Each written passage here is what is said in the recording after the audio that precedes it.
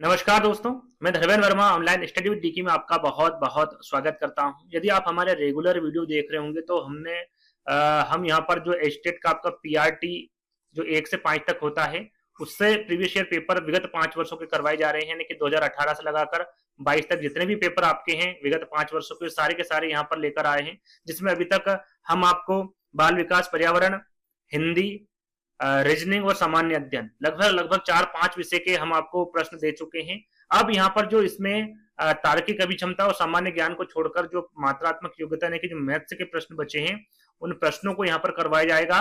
और ये जो बाकी के जो वीडियो हम दिए हैं 2018 से 22 तक विगत 5 वर्षों के हैं, यहाँ पर 2022 का मात्र 2022 में जो प्रश्न पूछे गए मैथ्स का उसको सोल्व करवाएंगे। उसके बाद में आपका 21 का आएगा, फिर 19 का, 20 का आएगा, फिर 19 का आएगा, फिर 18 का। इस प्रकार से मैथ्स के प्रश्न आपको सोल्व करवाए जाएंगे। तो यहाँ पर 2022 का जो पेपर है उसमें जो मैथ्स का प्रश्न पूछा गया था इस प्रकार से था पहला, और जितना हो सके मैं यहाँ पर ट्रिक का यूज करूंगा और आसान ट्रिक में आपको बताऊंगा। तो आपको स्किप नहीं करना है, वीडियो को पूरा देखना है और अंत में हमें जरूर बताना है कि आज का जो वीडियो है वो आपको कैसा लगा। यहाँ पर देखिए पूछा गया है करनी में 6 है, फिर प्लस है, फिर करनी में 6, फिर प्लस है, करनी में 6 प्लस है, ऐसे डॉट डॉट डॉट, यानी कि ये कहां तक जा रहा है, अनंत है और ये अनंत के बराबर है। तो इस प्रकार के यदि प्रश्न आते हैं तो उसको कैसे हल करेंगे, यहाँ पर पहले प्रश्न को हम लिख लेते हैं। 6 प्लस करनी में फिर 6 है, फिर प्लस है, फिर करनी में 6 है। इस प्रकार से कहां तक जा रहा है, अनंत तक जा रहा है, ये है ना, और ये इसके बराबर है अनंत के। तो इस प्रकार के यदि प्रश्न आते हैं तो उसको आप कैसे हल करेंगे, देखिए चाहे प्लस आ जाए यहाँ पर या फिर माइनस आ जाए, है ना, दोनों तरीके से बताऊंगा। तो यहाँ पर ध्यान क्या देना है आपको, इनको तोड़ लेना। जो 6 है ना, जो संख्या यहाँ पर दी हुई है उसको आपको क्या करना है, तोड़ लेना है। और तोड़ेंगे कैसे कि उन दोनों का डिफरेंस क्या हो, 1 हो दोनों का डिफरेंस। जैसे कि उदाहरण के तौर पर यदि हम इसको 2 इंटू 3 करें, है ना, या फिर 3 इंटू 2 करें, है ना, क्या करेंगे 3 इंटू 2 करेंगे, तो इसका जो डिफरेंस है, जो अंतर है वो कितना है, 1 है। हमेशा 1 होना चाहिए। आप बोलेंगे सर 6 इंटू 1 भी तो कर सकते हैं, लेकिन इनका जो डिफरेंस है 6 और 1 का वो कितना है, 5 है। लेकिन हमें डिफरेंस कितना चाहिए, 1 चाहिए। हमेशा इस बात का ध्यान रखना, और इस बात का विशेष ध्यान रखना यदि प्लस में पूछा गया है तो हमेशा जो बड़ी संख्या है, जो बड़ी संख्या है वो हमारा आंसर होगा। और यदि यहाँ पर माइनस दे रखा होगा, प्लस की जगह यदि माइनस आ जाए, जो सबसे छोटी संख्या है, जो सबसे छोटी संख्या है वो आपका आंसर होगा। तो यहाँ पर प्लस दिया हुआ है तो हमारा आंसर क्या होगा, 3, और 3 पहले वाले विकल्प में होगा। इस प्रकार से आपका पहला वाला विकल्प करेक्ट होगा, है ना। ये याद रखिएगा कि यहाँ पर हमको ऐसे तोड़ना है इस संख्या को, जो संख्या दे रखी होगी कि उसके बीच का अंतर 1 प्राप्त हो, है ना, और वही आपका आंसर होगा। जो बड़ी संख्या हो प्लस हो माइनस हो, तो जो छोटी संख्या है वो आपका करेक्ट आंसर होगा। चलिए दूसरा प्रश्न है आपका, ये रहा। दूसरा प्रश्न आपसे पूछा गया था कि 4000 रुपए पर चक्रवृद्धि एवं साधारण ब्याज का अंतर क्या होगा जबकि दर 5% वार्षिक एवं 2 वर्ष का समय हो। यहाँ पर देखिए जो रुपए हैं वो 4000 दिया है, दर आपके 5% दिया हुआ है और समय आपका 2 वर्ष दिया हुआ है। यहाँ पर आप यदि फार्मूला सूत्र लगाएंगे तो हर एक यदि प्रश्न को देखेंगे तो हर एक प्रश्न का अलग अलग फार्मूला, बहुत सारे फार्मूले हैं, आप उनको कैसे याद करेंगे। तो एक छोटी सी ट्रिक मैं आपको बताऊंगा, उसके माध्यम से आप इस प्रश्न को हल कर सकते हैं। देखिए यहाँ पर करेंगे क्या, हम CI यानी कि चक्रवृद्धि ब्याज निकालेंगे और फिर साधारण ब्याज निकालेंगे। साधारण ब्याज निकालने का आसान तरीका है और सभी को पता है ना, बचपन में सभी ने साधारण ब्याज निकाला होगा। तो साधारण ब्याज कैसे निकालते हैं, 4000 का 5% 2 वर्ष का हम कैसे निकालेंगे, तो हम लिख के भी यहाँ पे आपको बता देता हूँ। 4000 इंटू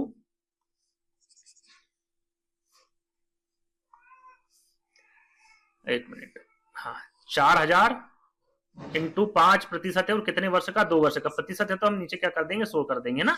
2 जीरो से आप 2 जीरो काट देंगे, 5 दूनी 10 और 10 इंटू 4 करेंगे तो 40 होगा और 1 जीरो यानी कि 400। तो हमारा जो साधारण ब्याज है,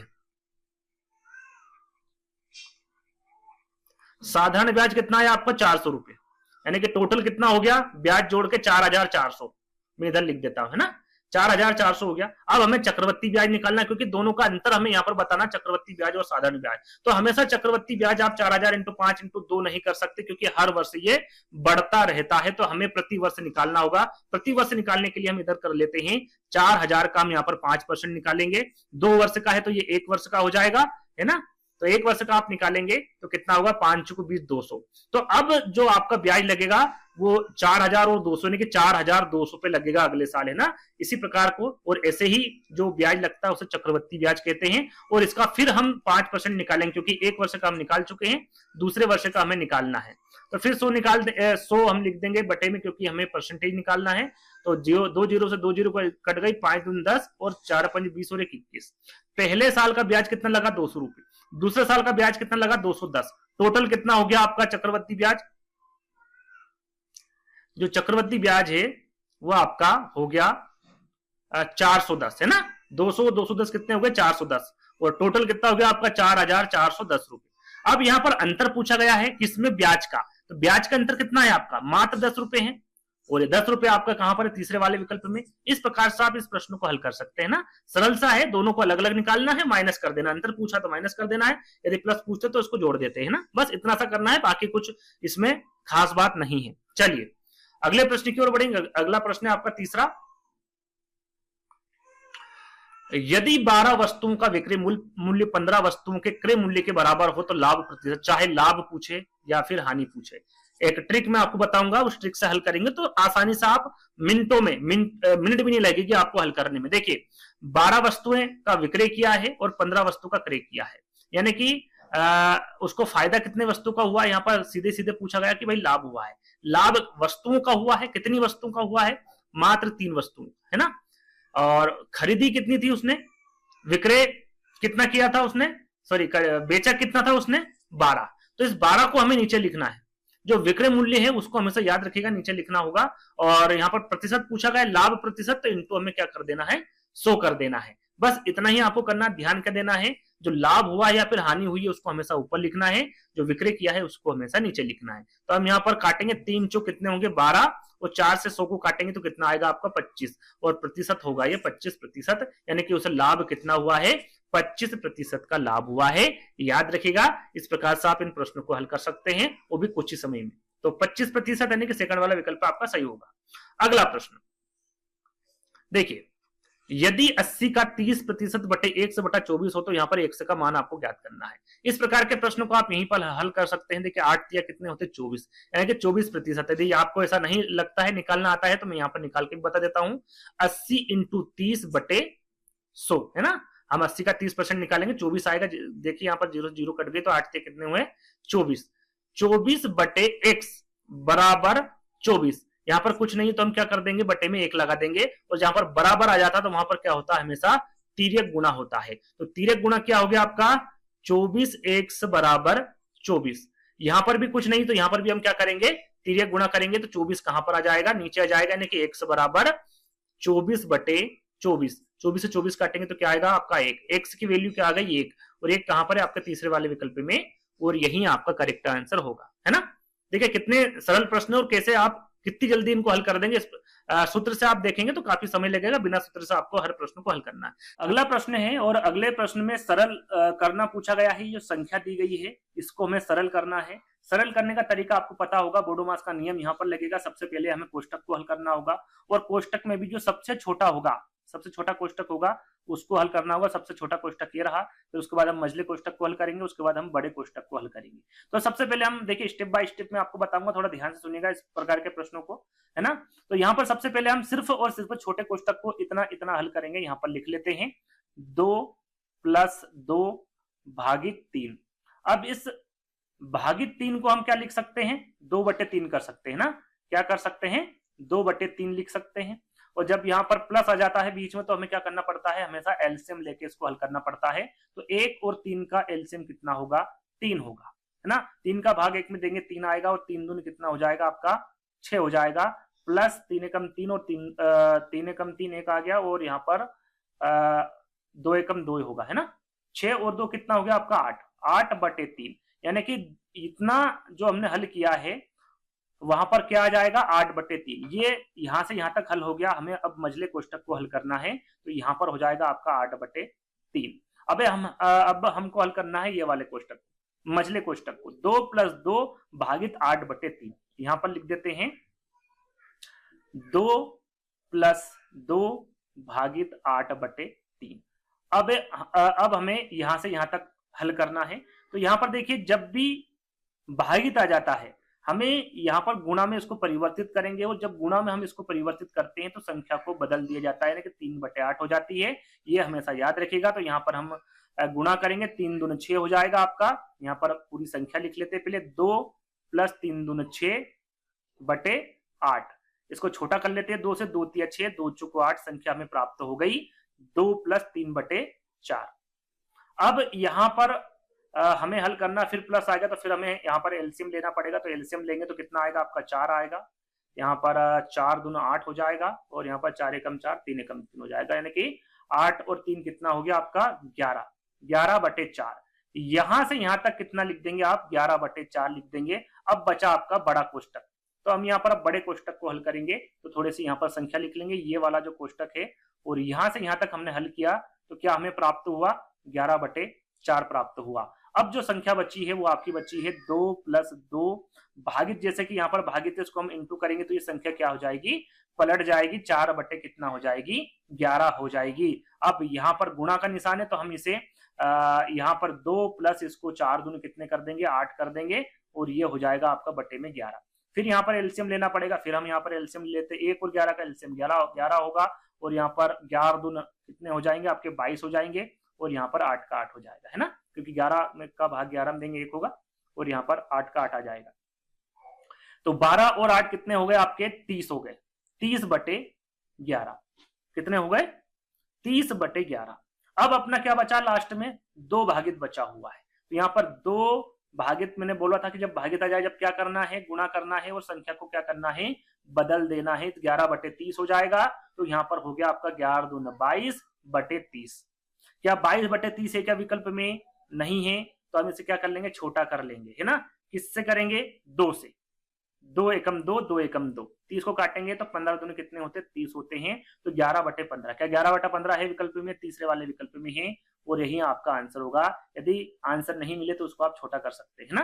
तो इस प्रकार से इस प्रश्न को हल कर सकते हैं, और इसी प्रकार से ये हल होगा, है ना। चलिए, इसमें किसी प्रकार के टिक ना फार्मूला लगता है, ये साधारण सा सिंपल सा प्रश्न है, और इसी प्रकार से हल होगा। चलिए, अगला प्रश्न है आपका, एक कस्बे की जनसंख्या 5% वार्षिक दर से बढ़ती, कौन सी जनसंख्या बढ़ रही है 5% वार्षिक दर से बढ़ रही है, और यदि कस्बे की वर्तमान जनसंख्या यहाँ पर दे रखी 4410 हो, तो 2 वर्ष पहले जनसंख्या कितनी होगी, 2 वर्ष पहले की जनसंख्या यहाँ पर पूछी गई है। इस प्रकार के यदि प्रश्न आपके सामने आते हैं तो उनको ऑप्शन से करना बहुत ही आसान होता है, चुटकियों में आप कर सकते हैं। पहले हम यहाँ पर प्रश्न यानी कि ट्रिक के माध्यम से हल करेंगे, फिर ऑप्शन से भी आपको हल करना सिखाएंगे, किस प्रकार से इन प्रश्नों को आप ऑप्शन से हल कर सकते हैं। देखिए, सबसे पहले हम यहाँ पर ट्रिक लगाएंगे। तो ट्रिक क्या है, तो वर्तमान पहले लिख लेते हैं कि भाई वर्तमान जनसंख्या कितनी है अभी फिलहाल में 4410, हमें 2 वर्ष पहले की चाहिए कि 2 वर्ष पहले क्या थी।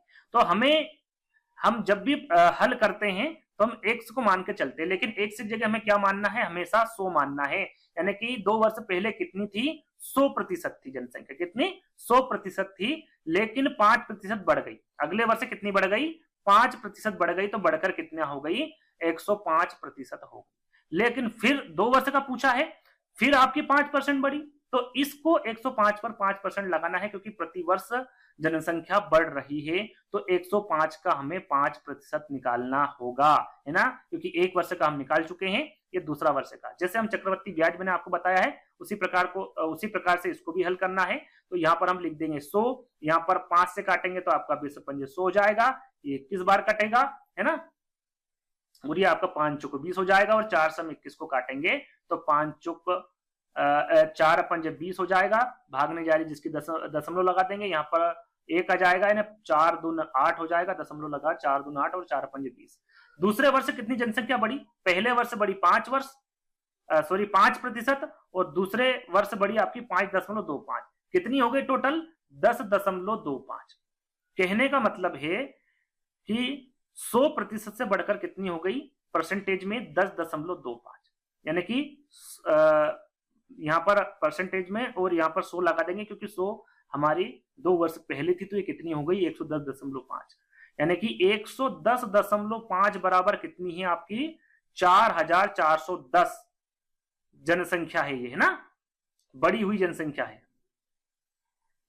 लेकिन यहाँ पर पूछा क्या गया है 2 वर्ष पहले, 2 वर्ष पहले हमने क्या माना था, 100% माना था, तो यानी कि 100% बराबर हमें बताना है कि भाई कितना होगा, 100% बराबर हमें निकालना है। तो यहाँ पर 4000 कैसे निकालेंगे भाई, 4410 बटे 110.25। यदि हम इसका भाग देंगे तभी तो हमें 1% का ज्ञात होगा, और जब 1% का ज्ञात हो जाएगा तो हमें कितना का निकालना, 100% का, तो इंटू हमें क्या कर देना है, यहाँ पर 100 कर देना है ना। दशमलव यदि हमने हटाई और 2 संख्या है तो 2 जीरो लग जाएगी, और जब हम इसे काटेंगे तो हमें कितना प्राप्त होगा, काट के देख लीजिएगा, 40 प्राप्त होगा, है ना। 1,10,000 सॉरी 11,025 में यदि आप 40 का गुणा करेंगे तो आपके सामने जो संख्या होगी वो ये निकल के आएगी 4,41,000, है ना।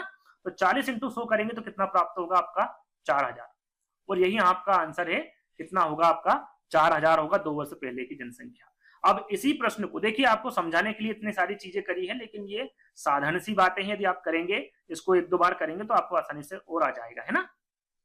यदि हम इसको ऑप्शन से करते हैं, माना कि 4,000, देखिए आप 4,410 में जो पास है उसको लेंगे तो एक तो 4200 है और एक 4,000 है, तो हम सबसे पहले जो विकल्प हमें आया है आंसर उसको लेते 4,000।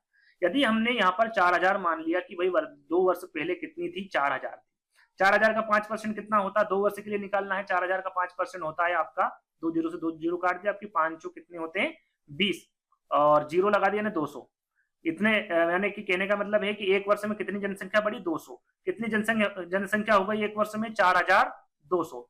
फिर 5% बढ़ी, फिर 5% निकाल लो, फिर 2 जीरो से 2 जीरो काट दो, इसका गुणा करेंगे तो कितना होगा, 210। थोड़ी देर पहले बताया था, देखिए पहले वर्ष 210 बढ़ी, पहले वर्ष 200 बढ़ी और दूसरे वर्ष 210 बढ़ी, दोनों को जोड़ेंगे कितना होगा, 410। अब 4,000 में 410 जोड़ेंगे तो कितना आ जाएगा, 4,410। हमें ये अंक प्राप्त करना था, वो अंक हमें प्राप्त हो गया है। यदि आप 42 से निकालोगे तो आपको ये 4,410 प्राप्त नहीं होगा। इसी प्रकार से आप ऑप्शन से हल कर सकते हैं, वो भी बड़ी सरलता से, है ना। ये सारी चीजें करने की आवश्यकता नहीं होगी आपको, जो विकल्प है उसको चुन लेना है। 2 वर्ष के लिए पूछा है तो 5% के लिए 2 वर्ष का निकाल देना है, 3 वर्ष का पूछा है तो 3 वर्ष के लिए निकाल देना है ना। चलिए, आंसर होगा आपका 4,000। अगला प्रश्न, और अगला प्रश्न है आपका, एक वर्ग के चारों ओर फेंसिंग करने के क्रम में 36 खंभों को स्थायी किया गया। यदि 2 क्रमागत खंभों के मध्य दूरी 6 मीटर हो तो इस वर्ग का क्षेत्रफल क्या होगा। देखिए यहाँ पर इस प्रकार के प्रश्नों को यदि हल करना है तो थोड़ा सा हमें समझना पड़ेगा। देखिए सबसे पहले वर्ग क्या होता है, वर्ग की चारों भुजाएं क्या होती है, हमेशा बराबर होती है। क्या होती है, चारों भुजाएं बराबर होती है। छोटी ऊपर नीचे हो गया है तो आपको ध्यान देना है कि वर्ग है, ये क्या है, वर्ग है, और वर्ग की चारों भुजाएं क्या होती हैं, बराबर होती है। अब हम देखेंगे प्रश्न को, क्या बताया गया है कि यहाँ पर जो फेंसिंग, चारों तरफ फेंसिंग की गई है और खंबे गाड़े गए। कितने खंबे हैं टोटल, 36 खंबे हैं। अब हमने इस 36 खंभों में चारों तरफ कितने खंबे गाड़ दिए हैं, 4 खंबे यहाँ पर हमने लगा दिए हैं। तो 4 हम यहाँ पर माइनस कर देंगे तो कितना बचेगा हमारा, 32 बचेगा। अब हम इन 32 को इन चारों तरफ डिवाइड कर देंगे, यानी कि 8 खंबे यहाँ पर लगेंगे, 8 यहाँ पर लगेंगे, 8 यहाँ पर लगेंगे और 8 यहाँ पर लगेंगे। यहाँ पर आप ये नहीं कर सकते कि 36 का हमने 4 का भाग दे दिया, 9 आया है ना, तो 9 यहाँ लिख दिया, यो 9 9 9, ऐसा नहीं कर सकते, क्योंकि यदि आप यहाँ पर करेंगे तो जो 9वां खंबा है, इधर का 9वां खंबा, इधर का 9वां खंबा, वो आपस में मिल जाएंगे, यानी कि एक जगह 2 खंबे यहाँ पर लगने का चांसेस रहेंगे, जो कि ऐसा नहीं होना चाहिए। यहाँ पर कितने खंबे होने चाहिए, मात्र 1 खंबा होना चाहिए ना, वो रिपीटेड खंबे हो जाएंगे। तो वो खंबे यदि आप जोड़ेंगे तो वो ज्यादा हो जाएंगे, 36 से ज्यादा निकल जाएंगे, लेकिन हमें 36 खंबे गाड़ने हैं तो इसी प्रकार से आपको गाड़ने होंगे। और आगे यहाँ पर बताया गया है कि इनका जो क्रम है, यानी जो खंबे गड़े हुए हैं, यहाँ पर कितने गड़े हुए, 8 खंबे गड़े हुए, 1 2 3 4 5 6 7 8, और 2 खंबे ये रहे आपके, 2 खंबे यहाँ पर गड़े हुए हैं। तो इनकी जो बीच की दूरी है खंबों के क्रमागत, वो कितनी है, ये भी 6 मीटर हो गया, इसके बीच की दूरी 6 मीटर, इसके बीच की 6 मीटर, सभी के बीच की कितनी दूरी होगी आपकी, 6 मीटर हो गई।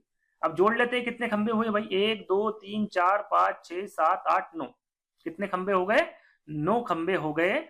और जैसे कि मैंने आपको बताया था, देखिए टोटल यहाँ पर हमने जोड़ा तो कितने हुए, 9 ही हुए ना खंबे, तो 9 यहाँ हो गए, 9 यहाँ हो गए, 9 9 यहाँ पर हो गए, और उनकी जो दूरी है वो कितने मीटर की है, 6 मीटर की है। तो हम यहाँ पर गुणा कर लेंगे, 9 6 कितने होते हैं, 54 मीटर। टोटल कितनी हो गई यहाँ पर, इसकी भी 54 मीटर दूरी हो गई, इसकी भी 54 मीटर दूरी हो गई, इसकी भी 54 मीटर हो गई, और इसकी भी 54 मीटर हो गई दूरी, है ना। अब यहाँ पर वर्ग का क्षेत्रफल पूछा गया, वर्ग का क्षेत्रफल क्या होता है, ए स्क्वायर होता है, तो यहाँ पर वर्ग का क्षेत्रफल क्या दे रखा है, 54। तो 54 का हमें क्या निकालना है, स्क्वायर निकालना है ना, और स्क्वायर निकालेंगे 54 इंटू 54 करेंगे तो क्या प्राप्त होगा आपको, 2916 वर्ग मीटर, और यही आपका आंसर होगा, है ना। ये वर्ग वगैरह तो आपको सभी को आता ही होगा वर्ग करना, नहीं आता है तो 54 इंटू 54 कर लीजिएगा तो भी आपका आंसर प्राप्त हो जाएगा। तो फोर्थ वाला विकल्प आपका करेक्ट होगा। इसी प्रकार से आपको इस प्रश्न को हल करना है। चलिए अगला प्रश्न है आपका, देखिए इस प्रकार के प्रश्न को कैसे हल करेंगे, यदि करनी में 2n बराबर 64 हो तो n का मान आपको ज्ञात करना है। क्या करना है, n का मान आपको यहाँ पर ज्ञात करना है। यदि यहाँ पर देखिए, यदि यहाँ पर पहले प्रश्न लिख लेते हैं, करनी में 2n बराबर 64 तो आपको क्या करना है, x का मान n का मान ज्ञात करना है। यदि करनी में है 2n, यदि हम इसको बाहर निकालते तो क्या करना होगा, रूट को यदि हम हटाएंगे तो यहाँ पर 2n को क्या लिख देंगे हम, यहाँ पर 2 की घात n बटे 2। यदि आपको इसे समझ में नहीं आ रहा है तो उदाहरण के तौर पर करनी में 10 है, यदि हमें इसको बाहर निकालना है तो हम इसे बाहर कैसे निकालेंगे, तो इसको हम निकालेंगे 10 है ये, है ना, 10 की घात 1 बटे 2, है ना। इसको हम इस प्रकार से बाहर निकालेंगे तो 1 की जगह पर क्या आ गया, यहाँ पर n है तो n लिख दिया और बटे में 2 लिख दिया, है ना। उसी प्रकार से यदि हमने इसको तोड़ दिया है तो हमें 64 को भी तोड़ना पड़ेगा, तो हम यहाँ पर लिख देते हैं 2n की घात 2 बराबर 64 को यदि हम तोड़ेंगे तो उसको हम कैसे तोड़ सकते हैं, 2 into 2 into 2 into 2 into 2 into 2, 2 Doon 4, 4 Doon 8, 8 Doon 16, 16 Doon 32, 32 Doon 64। तो इसे हम क्या लिख सकते हैं, 2 की घात 1 2 3 4 5 6, 2 की घात क्या लिख सकते हैं, 6 लिख सकते हैं। ऐसे हमने इसको भी तोड़ दिया, यानी कि यहाँ पर भी घात है और यहाँ पर भी हमने क्या कर दिया, घात लगा दी। यहाँ पर आप देखेंगे तो आपका जो बेस है, जो संख्या है वो क्या है, दोनों सेम है। जो बेस है यानी कि जो संख्या दोनों सेम है, तो जब संख्या दोनों सेम होती है तो उनको हटाकर जो यहाँ पर घातें दी हुई है सिर्फ उनको हम लिख देंगे बराबर में। क्या कर देंगे, बराबर में लिख देंगे, यानी कि n बटे 2 बराबर 6। दोनों जब संख्या यानी कि जो बेस है इसका ये दोनों सेम होता तो क्या करते हैं, हम हमेशा जो घात चढ़ी होती है उनको हम बराबर में लिख देते हैं। अब यहाँ पर देखिए बराबर है, 6 के नीचे कुछ नहीं तो हम 1 लगा सकते हैं, और जब बराबर होता तो क्या होता है, हमेशा 3 गुना होता है। तो n बराबर क्या आ गया आपका, 6 दूनी 12। क्या विकल्प में 12 है, ऑप्शन में बिल्कुल 12 है, फोर्थ वाला विकल्प आपका करेक्ट होगा। इस प्रकार से आप इस प्रश्न को हल कर सकते हैं। चलिए अब यहाँ पर अंतिम प्रश्न की ओर चलेंगे, क्योंकि नहीं अंतिम नहीं, इसके बाद भी है ना, इसके बाद भी एक प्रश्न है। चलिए पहले इसको हल कर लेते हैं। देखिए यदि इस प्रकार का प्रश्न पूछे कि यदि m एक वर्ग संख्या है तो उसकी अगली तत्काल वर्ग संख्या क्या होगी।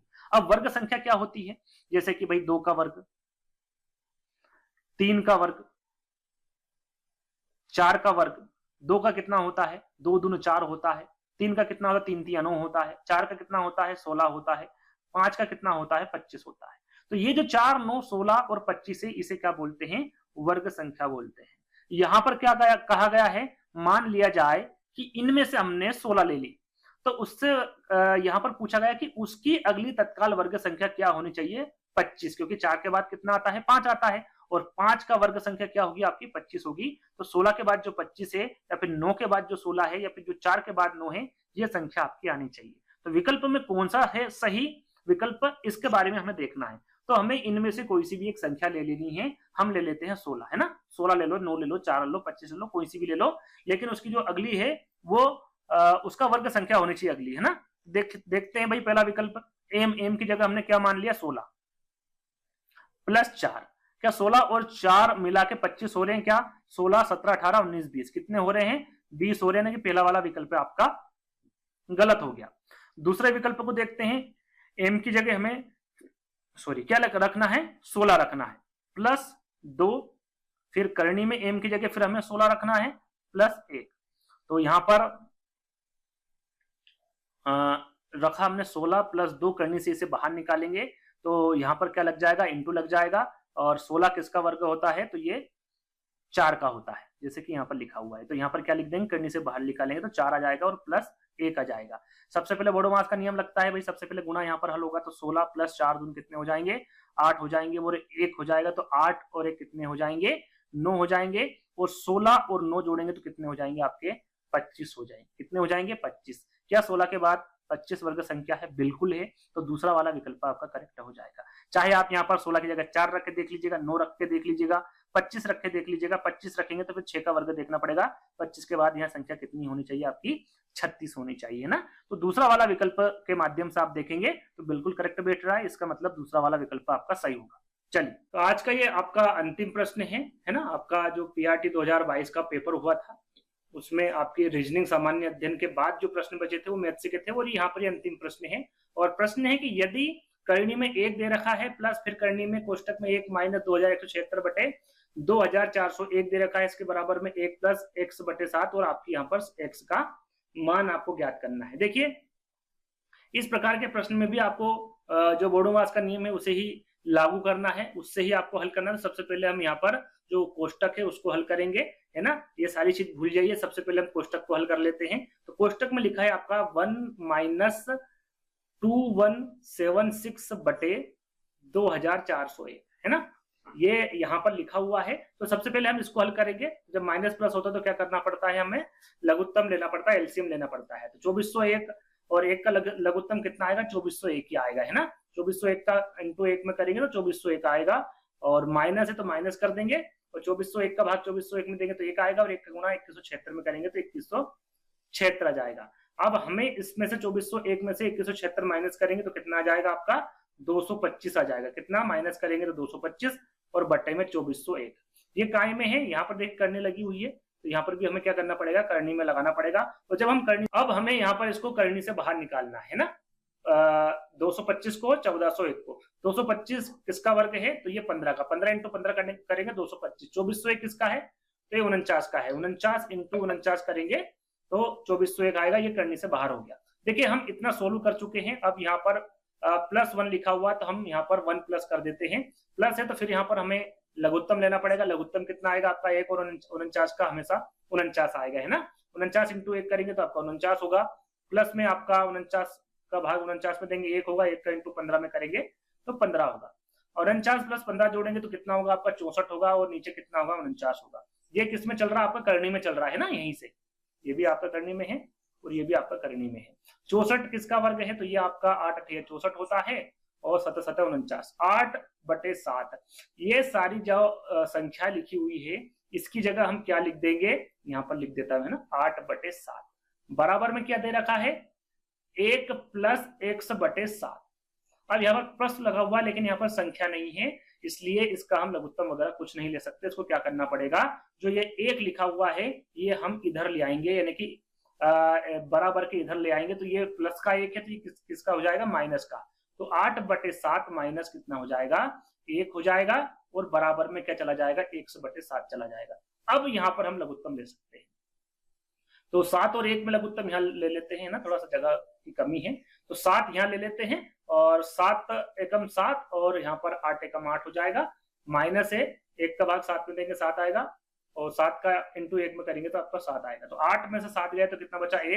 1 बटे 7 हो गया, और बराबर इधर कितना हो गया? 1 बटे 7 हो गया। बराबर है तो आप क्या करेंगे? तिर्यक गुणा कर देंगे, तो ये हो जाएगा आपका 7x बराबर 7x हो गया बराबर 7।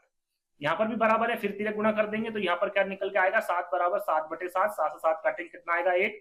विकल्प में 1 है, बिल्कुल है 1, और यही आपका आंसर होगा, है ना। इस प्रकार से आप इस प्रश्न को हल कर सकते हैं। आपको समझाने की वजह से इतना सारा ये चीजें मेरे को लिखना पड़ी, लेकिन यदि ये आपको समझा नहीं होता तो हम बहुत कम जगह पे इसको सोल्व कर सकते थे। कितने प्रतिशत वार्षिक सरल ब्याज की दर से कोई धन 8 वर्ष में स्वयं का दुगना हो जाएगा? तो यहाँ पर प्रतिशत पूछा गया है। जो प्रश्न आपको देखिए, मैं यहाँ पर 3 तरीके से बताने वाला हूँ। एक तो ट्रिक बताऊंगा, उसके बाद में जो प्रश्न आपका सूत्र से हो रहा है उस सूत्र के द्वारा बताऊंगा, और तीसरा जो तरीका होगा वो ऑप्शन से होगा। ऑप्शन से भी आप काफी आसान तरीके से प्रश्न को हल कर सकते हैं। तो किस प्रकार से आप हल करेंगे, ये तीनों ट्रिक में इस प्रश्न के माध्यम से आपको दूंगा। तो ध्यान से सुनिएगा, जो तरीका आपको अच्छा लगे वो अपना लीजिएगा। तो यहाँ पर पूछा गया है कि भाई कोई धन है, तो कोई धन हम कितना मान लेते हैं? सबसे पहले हम यहाँ पर ट्रिक से इस प्रश्न को हल करेंगे। तो हम मानेंगे 100, है ना। कोई धन है जो 8 वर्षों में, कितने वर्षों में? 8 वर्षों में, यानी कि 8 ईयर में कितना हो गया? दुगना हो गया, यानी कि 100 से कितना हो गया? 200 रुपये हो गया। तो यहाँ पर देखिए ट्रिक कैसे काम करेगी। तो 100 से कितना बढ़ा? 200, यानी कि कितने रुपए बढ़ गया? 100 रुपए। कितने वर्षों में? 8 वर्षों में। आप इस तरीके से हल करेंगे तो आपका प्रतिशत निकल जाएगा। तो हम यहाँ पर देखिए बटे में है 100/8 है, तो 8 से हम इस 100 को काटेंगे तो कितनी बार कटेगा आपका? 8 एकम 8, कितना बचा? 2, 8 दूनी 16, भाग नहीं जा रही उसके दशमलव, और यहाँ पर कितना बचा? 4, तो 8 × 40, 12.5 यानी कि 12.5%। और यहाँ पर 12.5% कहाँ पर लिखा हुआ है? दूसरे वाले विकल्प में 12 सही 1/2 है ना। ये आपका करेक्ट आंसर होगा। अब यहाँ पर सूत्र से कैसे आप हल करेंगे? तो सूत्र आपको साधारण ब्याज का पता ही होगा, क्या होता है? मूलधन गुणित दर इंटू समय, है ना, बटे 100। इससे आप इसे कैसे हल कर सकते हैं? देखिए ये किसका है? साधारण ब्याज का। साधारण ब्याज का ये सूत्र है। तो इस सूत्र से आप कैसे हल करेंगे? तो यहां पर देखिए साधारण ब्याज कितना दे रखा है, तो 100 से बढ़कर कितना बढ़ा? 200 गुना हो गया, यानी कि 100 रुपये इसका क्या हो गया? ब्याज हो गया, है ना। बराबर मूलधन क्या दे रखा है? मूलधन यहां पर 100 रुपये दे रखा है। दर हमें ज्ञात करना है तो दर हम ऐसे लिख देंगे। समय कितना दे रखा? 8 वर्ष दे रखा है, और बटे में क्या लिख देंगे? हम 100 लिख देंगे, है ना। तो यहाँ पर ये इस 100 से ये 100 कट जाएगा। बचा क्या है आपके पास में? दर इंटू 8, और इधर 100 बचा है। और जहां पर बराबर आ जाए वहां क्या करेंगे? हम सब तिर्यक गुणा करते हैं, तो ये जो 8 है वो निकल के कहाँ जाएगा? यहाँ पर नीचे आ जाएगा, यानी 100/8। बात वही हो गई, 100/8 इसको काटेंगे तो कितना आएगा? 12 सही 1/2% आएगा, है ना। ये हो गया आपका सूत्र से, ये हो गया आपका ट्रिक से। अब हम हल करेंगे सूत्र से। देखिए सूत्र ऑप्शन से। ऑप्शन हमने माना 12.5%, है ना। 10 मानेंगे, 12 मानेंगे, 11.5 मानेंगे तो आपका सही नहीं आएगा। अब किस प्रकार से हम इसको देखेंगे कि भाई 12.5 मानेंगे तो 12.5 ही ऑप्शन है, ये कैसे ज्ञात होगा? तो हम ये सोल्व करने के बाद हमें पता चलेगा। देखिए यहां पर हम रखेंगे, इसमें साधारण ब्याज का जो सूत्र रखा है इसमें हम इसको रखेंगे। देखिए मूलधन कितना है आपका? 100 रुपये। दर कितनी है? 12.5%, तो हम इसे लिख देंगे 12 दूनी 24 और 1 25, 25/2 इसको हम लिखेंगे। और इंटू में यहां पर समय कितना दे रखा है? 8/100। तो ये 100 × 2 हो गया, 100 से 100 कट जाएगा, 2 से हमें 8 काट देंगे, 2 काटेंगे, 2 चौक 8 और 25 चौक कितना हो गया? 100 हो गया। मूलधन कितना था? 100। ब्याज कितना आया? 100, यानी कि दुगना हो गया। 100 से कितना हो गया उसका ब्याज? फिर डबल हो गया, तो ये दुगना हो गया। 8 वर्षों में स्वयं का दुगना, तो बिल्कुल स्वयं का दुगना होगा। मूलधन का जो ब्याज आया वो कितना आया? 100 रुपये, तो बिल्कुल आपका 12.5% ठीक रहेगा। तो इस प्रकार से भी आप इस प्रश्न को हल कर सकते हैं। सूत्र से हल कर सकते हैं, ट्रिक से हल कर सकते हैं, और ऑप्शन से भी इसको हल कर सकते हैं ना। तो सेकंड वाला विकल्प ही आपका करेक्ट होगा। चलिए अगला प्रश्न है आपका। एक व्यक्ति है जो 400 आम के क्रय मूल्य पर 320 आम बेच देता है, तो उसका लाभ कितना है? यानी कि जितने आम उसने 400 आम खरीदे हैं वो 320 रुपए में 320 आम बेच देता है ना, यानी कि 400 जो आम है वो 320 आम के बराबर है। कहने का मतलब ये है। तो उसका लाभ प्रतिशत आपको बताना है कि उसका लाभ प्रतिशत क्या होगा। तो इस प्रकार के जब सवाल आते हैं तो आपको क्या करना है, चाहे लाभ हो या फिर हानि हो। मैंने इससे पहले जो 2022 में जो प्रश्न पत्र हल करवाया था उसमें भी बताया था कि इन दोनों का डिफरेंस हमें देखना है कि उसे कितने आम का लाभ हुआ है। तो कितने आम का लाभ हुआ है? 80 आम का। कितने आम का? उसे 80 आम का लाभ हुआ है। तो हम क्या लिखेंगे? 80 बटे कितने आम पर हुआ है? 320 पे। तो 320 हमें कहाँ लिख देंगे? नीचे लिख देंगे। हमेशा जो बेचा हुआ माल होगा वो हमेशा नीचे आएगा, याद रखिएगा। और इंटू क्या कर देंगे? 100 कर देंगे। इससे हमें क्या ज्ञात हो जाएगा? लाभ प्रतिशत। हानि होती तो हानि प्रतिशत ज्ञात हो जाता, लाभ है तो लाभ प्रतिशत हो जाएगा, है ना। 0 से 0 काट देंगे, 8 चौको 32 और 4 से 100 को काटेंगे तो 25 चौको 100, यानी कि 25% और 25% आपके फोर्थ वाले विकल्प में है। इस प्रकार से आप इस प्रश्न को हल कर सकते हैं। देखिए यहां पर ऑप्शन से कैसे हल करेंगे, तो कितने रुपए का बेचा? 320 आम, रुपए नहीं आम है ना। तो 320 का हमें कितना प्रतिशत निकालना पड़ेगा? 25। यदि 320 का 25% हम निकालते हैं तो हमें आम कितने प्राप्त होने चाहिए? 400 आम हमें प्राप्त होने चाहिए। तो 320 का 25% कितना होता है? 25 चुकू 100 और 4 8 32 80। बिल्कुल 320 में आप 80 जोड़ेंगे तो कितना आएगा आपका?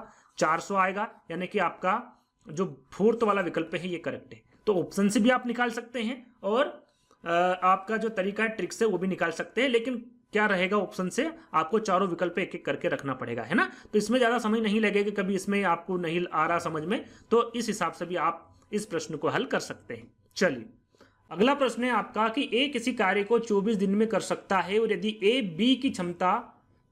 बी की क्षमता ए से 60% अधिक है तो उसी कार्य को करने में बी को कितने दिन लगेंगे। यहाँ पर बी के दिन बताना है, तो बी की कार्य क्षमता यहाँ पर प्रतिशत में दे रखा है और प्रतिशत को हमें कितने दिनों में ज्ञात करना है ना। तो बी की कार्य क्षमता ए से कितना प्रतिशत अधिक है, 60 है। यदि ए 100 है तो इसकी कार्य क्षमता कितनी होगी, 160 होगी। तो यहाँ पर हम इसका रेशो निकालेंगे, यानी कि इसका अनुपात निकालेंगे, तो इसका यहाँ पर ए आ जाएगा, ए 100% और बी 160%, क्योंकि ये इससे कितना अधिक है, 60% अधिक है, तो 100 से 160 हो गया। तो इसको हम छोटा कर लेंगे थोड़ा, तो इसका आएगा 20 से काटेंगे तो 5 आ जाएगा और इसको 20 से काटेंगे तो कितना आ जाएगा, 8। तो ये इसका जो अनुपात हो गया वो 5:8 हो गया है ना। ये एक दिन में 5% काम करता है और इसके कितने दिन लगे, एक 24 दिन, तो 5 × 24 बटे हमें यहाँ पर बी का ज्ञात करना, तो बी का परसेंटेज क्या है, 8 है, तो नीचे हम 8 लिख देंगे। तो 8 × 24 और 5 × 15, कितने दिन लगे, 15 दिन। 15 दिन है क्या विकल्प में, बिल्कुल है। तो बी को कितने दिन लगेंगे, 15 दिन लगेंगे और तीसरा वाला विकल्प ही आपका करेक्ट होगा। चलिए अगला प्रश्न है हमारा कि किसी वर्ग की लंबाई और चौड़ाई को क्रमशः 30% और 20% बढ़ा दिया, क्रमशः बढ़ाया, पहले 30% बढ़ाया गया और फिर उसे 20% बढ़ा दिया गया, तो बनने वाले नए आयत का क्षेत्रफल वर्ग के क्षेत्रफल से कितने प्रतिशत ज्यादा है। देखिए यहाँ पर वर्ग आ गया, फिर क्षेत्रफल आ गया, तो इससे आपको नहीं घबराना, चाहे वर्ग आया, आयत आए, त्रिभुज आए, कुछ भी आए, हमें क्या देखना है कि भाई इसकी लंबाई और चौड़ाई में कितने क्रमशः बढ़ रहा है, 30% बढ़ रहा है और फिर 20% बढ़ रहा है। तो आपकी जो वर्ग है और नया जो आयत बना है वो क्षेत्रफल में कितना परसेंट ज्यादा पड़ा, ये आपको बताना है। तो सीधे सीधे हमें इस प्रश्न को हल करना है। यहाँ पर किसी भी प्रकार का आयत और वर्ग की हमें आवश्यकता नहीं बनाने की, सीधे सीधे देखिए पहले कितना बढ़ा, 30%। हमें जो उसका वर्ग की लंबाई कितनी थी, ये मान के चलिए 100 थी, 100 से कितना बढ़ा, 30 बढ़ा, तो कितना बढ़ गया, 130 हो गया।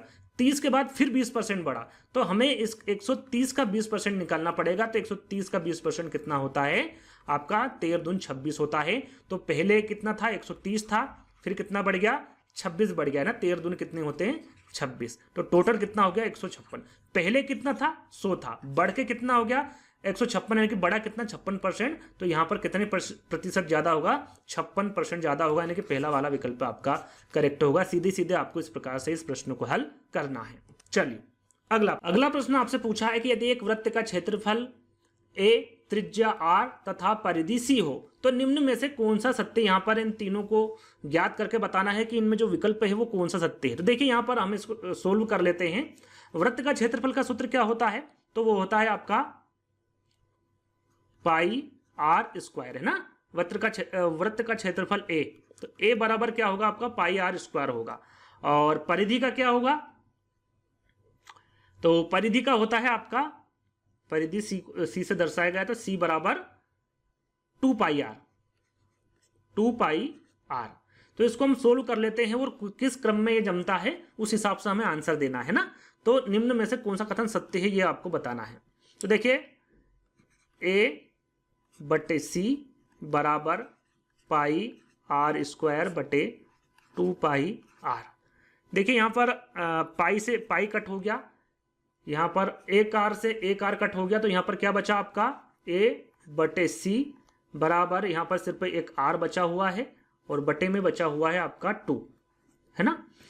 तो यहाँ पर विकल्प में देखेंगे क्या ac/r2 है क्या, ac/r2 नहीं है। यहाँ पर देखिए ac/r2 नहीं, लेकिन c/a है, c/a, तो हम इसको भी हम पलटेंगे तो 2/r होना चाहिए, 2/r है क्या, नहीं है, तो आपका दूसरा वाला विकल्प गलत होगा। बराबर है तो एक बार तिर्यक गुणा करके देख लेते हैं। तो यहाँ पर a2 है, तो यहाँ पर हम क्या कर लेंगे, 2a कर लेंगे, और ये cr है तो इसको हम cr लिख देंगे, या फिर rc भी लिख सकते हैं ना, rc। क्या 2a rc लिखा हुआ है, देखिए 2a rc लिखा हुआ है, यानी कि आपका जो पहला वाला विकल्प है ये आपका करेक्ट होगा, ये इसके बराबर है, बिल्कुल बराबर है ना। इस प्रकार से आपको इस प्रश्न को हल करना था। चलिए अगले प्रश्न की ओर बढ़ेंगे। भाई अगला प्रश्न है आपका 7वां, और ये रहा आपका प्रश्न, 5/6, 10/18, 25/36 का महत्तम समावर्तक ज्ञात करना है, क्या है। अब देखिए इस प्रकार के प्रश्न को हल करने के लिए क्या करना पड़ेगा, वो सरल विधि क्या है। देखिए हम जब HCF निकालते हैं, यानी कि महत्तम समावर्तक HCF, तो हमें ऊपर HCF निकालना पड़ता है और नीचे का जो हर होता है अंश/हर, ये आपका LCM निकालना पड़ता है, HCF/LCM। यदि हमें LCM निकालना हो तो पहले एलसीएम निकालेंगे, ऊपर वाली संख्या का एलसीएम और बटे में आपका एचसीएफ हो जाएगा। यहाँ पर एचसीएफ पूछा गया तो एचसीएफ बटे एलसीएम। तो यहाँ पर एचसीएफ क्या हो गया आपका 5, 10, 25 है ना, और एलसीएम क्या हो गया आपका 6, 18 और 36। यहाँ पर एक बात आपको ध्यान रखना है कि जब भी आप एचसीएफ निकालें तो हमें यहाँ पर सबसे छोटी संख्या पर ध्यान देना है जब एचसीएफ निकालना हो तब, और जब एलसीएम निकालना हो तो सबसे बड़ी संख्या पर हमें ध्यान देना है। इस बात का आपको विशेष ध्यान देना है, एचसीएफ में सबसे छोटी संख्या और एलसीएम में सबसे बड़ी संख्या। इससे आप आसानी से एचसीएफ और एलसीएम निकाल सकते हैं। तो यहाँ पर सबसे छोटी संख्या एचसीएफ है, तो सबसे छोटी संख्या क्या है 5। क्या 5 के पहाड़े में 10 आ रहा है? बिल्कुल आ रहा है। क्या 25 आ रहा? बिल्कुल आ रहा है। यानी कि हमारा एचसीएफ क्या होगा 5 होगा, है ना। यानी कि 5 के पहाड़े में ये चीजें आनी चाहिए, तो आपका एलसीएम एचसीएफ यहाँ पर 5 होगा। नहीं आ रही है तो इस संख्या को हम बढ़ा देंगे, है ना। अब एलसीएम की अब बात करें तो सबसे बड़ी संख्या 36 है। क्या 6 के पहाड़े में 36 आ रहा? बिल्कुल आ रहा है। क्या 18 के पहाड़े में 36 आ रहा? बिल्कुल आ रहा है। तो यहाँ पर भी हमारा एलसीएम क्या होगा 36 होगा। नहीं तो आप 5, 10, 15, 5, 10, 15 इस प्रकार से भी एचसीएफ एलसीएम निकाल सकते हैं ना, कोई बड़ी बात नहीं है। तो 5/36 यहाँ पर विकल्प में है क्या, क्योंकि यही पूछा गया था, सीधा सीधा महत्तम समावर्तक पूछा गया था। 5/36 बिल्कुल है करेक्ट, आपका पहला वाला विकल्प होगा, है ना। चलिए अगला प्रश्न है आपका, यदि x बराबर करनी में 3018 प्लस करनी में 36 प्लस करनी में 169 है तो x का मान क्या होगा। इस प्रकार के प्रश्न मैंने पहले भी सोल्व करवाए थे। सबसे पहले हमें छोटी करनी को हल करना पड़ेगा, उसके बाद में उससे बड़ी करनी, फिर उससे बड़ी, है ना। तो यहाँ पर देखिए इसका वर्गमूल क्या होगा 169 का, क्योंकि इसे हमें बाहर निकालना करनी के बाहर। तो करनी के बाहर कब निकाला जाता है, जब उसका वर्गमूल ज्ञात हो। तो 169 का वर्गमूल क्या होगा, पहले हम इस संख्या को लिख लेते हैं। x बराबर 3018 प्लस करनी में 36 प्लस इसको हम बाहर निकालेंगे तो ये किसका होगा, आपको सभी को पता होगा 13 का। 13 × 13 करेंगे तो कितना होगा 169 होगा, 13 का वर्गमूल होगा। तो यहाँ पर क्या होगा आपका 13 होगा। तो यहाँ पर हम जोड़ देंगे 3018 प्लस 36 प्लस 13 करेंगे तो कितना होगा आपका 49 होगा। और 49 किसका वर्गमूल है, तो ये आपका होगा 7 का। 7 7 49 होता है ना। तो यहाँ पर करनी में है 3018 प्लस 7 आ जाएगा। 3018 प्लस 7 जोड़ेंगे तो कितना होगा 18 और 7 कितना होगा 18, 19, 20, 20 और 5 25, यानी कि 3025, है ना। और 3025 ये किसका है, तो आप देखेंगे 55 का वर्ग करेंगे तो ये आएगा आपका 3025, करके देख लीजिएगा। और यहाँ पर ध्यान देना है, लास्ट में 5 है तो या तो 45 हो सकता है या फिर 55 हो सकता है ना। इन दोनों का आप करके देखेंगे तो 55 आपका करेक्ट आंसर होगा। तो इसके बाहर निकालेंगे हम 3025 को, तो क्या होगा आपका करेक्ट आंसर 55 होगा। और ये तीसरे वाले विकल्प में है और यही आपका करेक्ट आंसर है ना। चलिए अगला प्रश्न है आपका, यदि किसी गोले का पृष्ठीय क्षेत्रफल 616 वर्ग सेंटीमीटर है तो उसकी त्रिज्या यहाँ पर आपको बताना है कि उसकी त्रिज्या क्या होगी। यदि इस प्रकार का प्रश्न आ जाए तो हमें देखिए, सबसे पहले तो गोला आपको पता ही है, गोला इस प्रकार का होता है ना। तो हमें इसकी त्रिज्या ज्ञात करनी होती। त्रिज्या क्या होती है, ये त्रिज्या होती है और त्रिज्या हमें r से प्रदर्शित होती है हमेशा, है ना। तो हमें r ज्ञात करना है। तो यहाँ पर देखिए सबसे पहले पृष्ठीय क्षेत्रफल का सूत्र आपको पता होना चाहिए। गोले का जो पृष्ठीय क्षेत्रफल है, पृष्ठीय क्षेत्रफल उसका सूत्र होता है 4 पाई r का स्क्वायर, है ना। ये इसका सूत्र होता है। तो इसके आधार पर हम इस प्रश्न को हल करेंगे। देखिए पृष्ठीय क्षेत्रफल क्या दे रखा है गोले का, तो दे रखा है 616, है ना, बराबर 4 दे रखा। पाई का मान आपको सभी को पता होगा 22/7 होता है। और हमें ज्ञात करना है r स्क्वायर, है ना। तो ये r स्क्वायर हम ऐसे कैसे यहाँ पर लिख देंगे, है ना। इतना समझ में आपको आ गया। देखिए अब यहाँ पर हम इसको सोल्व करेंगे तो 616 हम यहीं पर लिख देंगे, है ना। और 22 × 4 करेंगे तो कितना आएगा आपका 22 को 2888 होते हैं और बटे में 7 लिख देंगे। और यहाँ पर हमें r स्क्वायर ज्ञात करना है। तो यहाँ पर देखिए बराबर है, तो जब बराबर होता तो हमेशा क्या होता, तिर्यक गुणा होता है। तो 616 × 7 हो जाएगा और बटे में क्या आ जाएगा आपका 88 और r उठ के आगे चला जाएगा। तो हम यहाँ पर ऐसे लिख सकते हैं r स्क्वायर बराबर 616 × 7 बटे 88, है ना। अब आप 88 बटे × 7 करेंगे तो आपको क्या ज्ञात हो जाएगा 616, है ना। 616 आ जाएगा। तो 88 का भाग हम 7 बार देंगे तो हमें 616 प्राप्त हो जाएगा। तो आर स्क्वायर बराबर 7 × 7 यानी कि 49। जब हम स्क्वायर को हटाएंगे तो इस पर क्या चढ़ जाएगा, आर बराबर इस पर करनी चढ़ जाएगी, तो ये कितना हो जाएगा 49। और जब हम करनी से बाहर 49 को निकालेंगे तो एक इसका वर्गमूल है, तो ये 7 का है। 60 × 7 करेंगे तो 49 होगा। तो यहाँ पर क्या आ जाएगा 7, तो 7 सेंटीमीटर आपका आंसर हो जाएगा। आर जो त्रिज्या है वो कितनी होगी, 7 सेंटीमीटर होगी। इस प्रकार से इस प्रश्न को आप हल कर सकते हैं। चलिए अगला प्रश्न। अगला प्रश्न है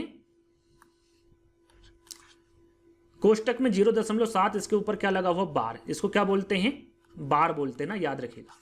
मतलब इसका मतलब है कि जो ये 7 है, क्योंकि 7 के ऊपर बार है, ये जो रिपीट हो रहा बार बार, ये 7 7 7 7, आप जितनी बार लिखोगे ये रिपीटेड हो रहा है। इस बार का मतलब ये है, इसलिए इसको एक बार 7 लिखा है। प्लस 0.6 के ऊपर बार लिखा, माइनस 0.5 के ऊपर बार लिखा हुआ है। इसका मान आपको बताना है क्या है। देखिए ये 2 तरह से हल होता है, तो सरल विधि में आपको बताऊंगा, दूसरी विधि यहाँ पर मैं नहीं लगाऊंगा। देखिए कभी भी बार आ जाए तो याद रखिएगा उसके नीचे आपको हमेशा 9 लगाना है, और वो जो संख्या है यानी कि जिस पे बार लगा हुआ है सिर्फ उसी संख्या को नीचे लिखना है। जैसे कि यहाँ पर दशमलव के बाद 7 लिखा हुआ है, तो 7 लिखना है आपको, है ना। प्लस में 6 पे बार लगा हुआ तो 6 लिखना, प्लस है इसलिए यहाँ पर प्लस लगाया है। यहाँ पर माइनस है तो माइनस लिख देना है, और बार किस पे, 5 पे, तो यहाँ पर 5 लिख देना है, और सभी के नीचे 9 लगा देना है। 9 एक क्यों लगाया, देखिए यहाँ पर 2 7 होते यानी कि एक 7 और होता है, और 2 बार यहाँ पर इस प्रकार से 7 7 पे तो 2 9 लिख देते। लेकिन यहाँ पर एक ही 7 पे बार लगा हुआ है, इसलिए हम क्या लिखेंगे, एक ही 9 यहाँ पर लिखेंगे। ध्यान दीजिएगा, जितनी संख्या उतने 9। तो एक संख्या है 9, एक संख्या है 9, यहाँ पर भी एक संख्या है तो 9, है ना। यहाँ पर हम देख लेंगे कितना होगा भाई, क्योंकि इसका लघुत्तम समावर्तक निकालना पड़ेगा, प्लस माइनस है तो इसका 9 9 9 का क्या होगा, आपका 9 आएगा, है ना। और आपका 7 आ जाएगा, यहाँ पर प्लस 6 आ जाएगा, माइनस 5 आ जाएगा। 9 का भाग 9 में देंगे 1 आएगा, 1 गुणा 7 में करेंगे 7 आएगा। फिर 9 का भाग 9 में देंगे तो 1 आएगा, 1 का गुणा 6 में करेंगे तो 6 आएगा। 9 का भाग 9 में देंगे 1 आएगा, और 1 का गुणा 5 में करेंगे तो 5 आएगा, है ना। इस प्रकार से इसको सोल्व किया जाता है। देखिए 7 और 6 कितने हुए, 6 दूनी 12 और 1 13, 13 में से 5 जाएगा तो कितना बचेगा, आपका 8 बचेगा, और नीचे कितना है, 9 है। तो 8/9 क्या विकल्प में है, बिल्कुल है, यह आपका यहाँ पर 8/9 हो जाएगा, है ना। इस प्रकार से भी आप इस प्रश्न को हल कर सकते हैं, साधारण विधि है, और इस प्रकार से ही आपको हल करना है हमेशा, ठीक है। तो 8/9 यहाँ पर आपका करेक्ट आंसर हो गया। चलिए अगला प्रश्न। अगला प्रश्न है आपका 281 × 15 × 16 × 18 के गुणनफल का इकाई अंक ज्ञात करना। देखिए इस प्रकार के प्रश्न का आपको कुछ नहीं देखना है, इकाई अंक पूछा है तो सिर्फ इकाई का अंक को ही देखना है। तो इकाई अंक क्या है, यहाँ पर 8 है, सॉरी यहाँ पर 6 है, यहाँ पर 5 है, और यहाँ पर 1 है। देखिए 1 का गुणा 5 में करेंगे तो क्या आएगा, आपका 5 आएगा। 5 का गुणा 6 में करेंगे तो कितना आएगा, 30 आएगा। लेकिन हमें तो इकाई पर ध्यान देना है, तो 3 को छोड़ दो क्योंकि दहाई अंक है। 0 हमारा यहाँ पर इकाई निकल के आया। 0 का 8 में गुणा करेंगे तो कितना आएगा, आपका 0 ही आएगा। और 0 क्या विकल्प में है, बिल्कुल है, 4th वाला आपका करेक्ट होगा।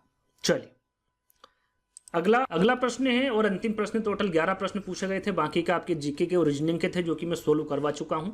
तो ये अंतिम प्रश्न है, एक रेलगाड़ी का प्रश्न है कि एक रेलगाड़ी की यहाँ पर लंबाई दे रखी 700 और मीटर में दे रखी है, और 72 किलोमीटर प्रति घंटे की रफ्तार से ये चल रही है। यदि वहाँ एक गुफा को 1 मिनट में पार कर लेती, जो गुफा है, जैसे कि ये गुफा है, इसको जो रेलगाड़ी है वो कितने समय में पार कर लेती है, यहाँ से यहाँ तक 1 मिनट में वो पार कर लेती है, तो गुफा की लंबाई क्या होगी। यहाँ पर देखिए रेलगाड़ी की लंबाई दे रखी है, गुफा की हमें लंबाई ज्ञात करना है। लंबाई यानी कि जो दूरी होती है उसका सूत्र आपको पता होगा, है ना। दूरी का सूत्र क्या होता है, चाल × समय।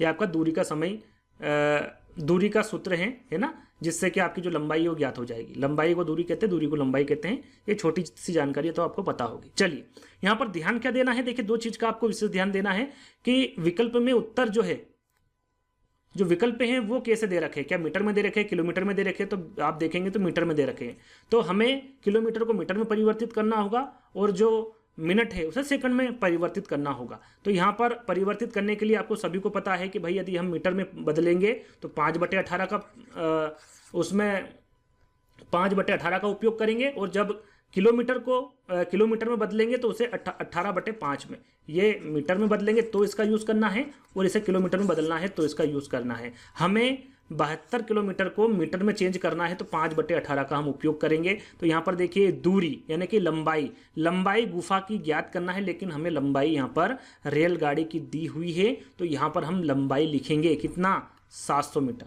कितना लिखेंगे, 700 मीटर। तो 700 बराबर चाल कितनी है इसकी, 72 है। तो हम यहाँ पर 72 कर देंगे, 72 इंटू 5/18, क्योंकि हमें इसे मीटर में ज्ञात करना है तो मीटर में हम इस प्रकार से ही ज्ञात कर सकते हैं। समय कितना दे रखा है यहाँ पर, 1 मिनट है ना। तो 1 मिनट को हमें किस में परिवर्तित करना पड़ेगा, सेकंड में। तो 1 मिनट में 60 सेकंड होता है, ये तो सभी को पता है, सरल सी चीज़ें हैं। तो यहाँ पर थोड़ा सा हम इसको काट देते हैं।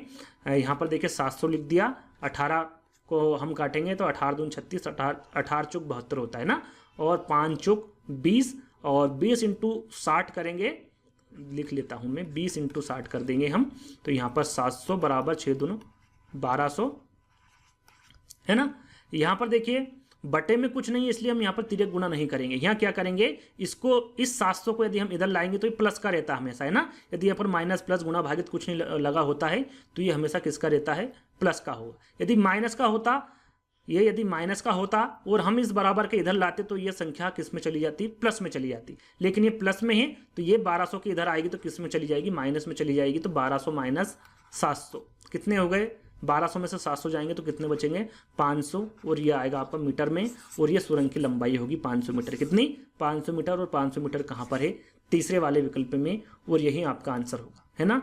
क्या होगा, यही आपका आंसर होगा। इस प्रकार के प्रश्न को आपको इस तरह हल करना होगा। विकल्प को देखना, भाई मीटर में दे रखा, किलोमीटर में। यदि यहाँ पर किलोमीटर में दे रखा होता और यहाँ पर मीटर में दे रखा होता तो आपको यहाँ पर जैसे कि 8 मीटर दे रखा होता, 8 मीटर प्रति सेकंड के हिसाब से दे रखा होता तो यहाँ पर आपको 8 इंटू 18/5 करना होता है ना। इस प्रकार से आप इसको किलोमीटर में परिवर्तित करते। तो इस प्रकार के प्रश्नों को आपको ऐसे हल करना है। आई होप आपको ये वीडियो पसंद आया होगा। यदि पसंद आया होगा तो वीडियो को लाइक करना है, शेयर करना है, चैनल को सब्सक्राइब कर लेना है। जल्दी ही दोस्तों एक नई वीडियो के साथ मिलेंगे, जब तक के लिए धन्यवाद।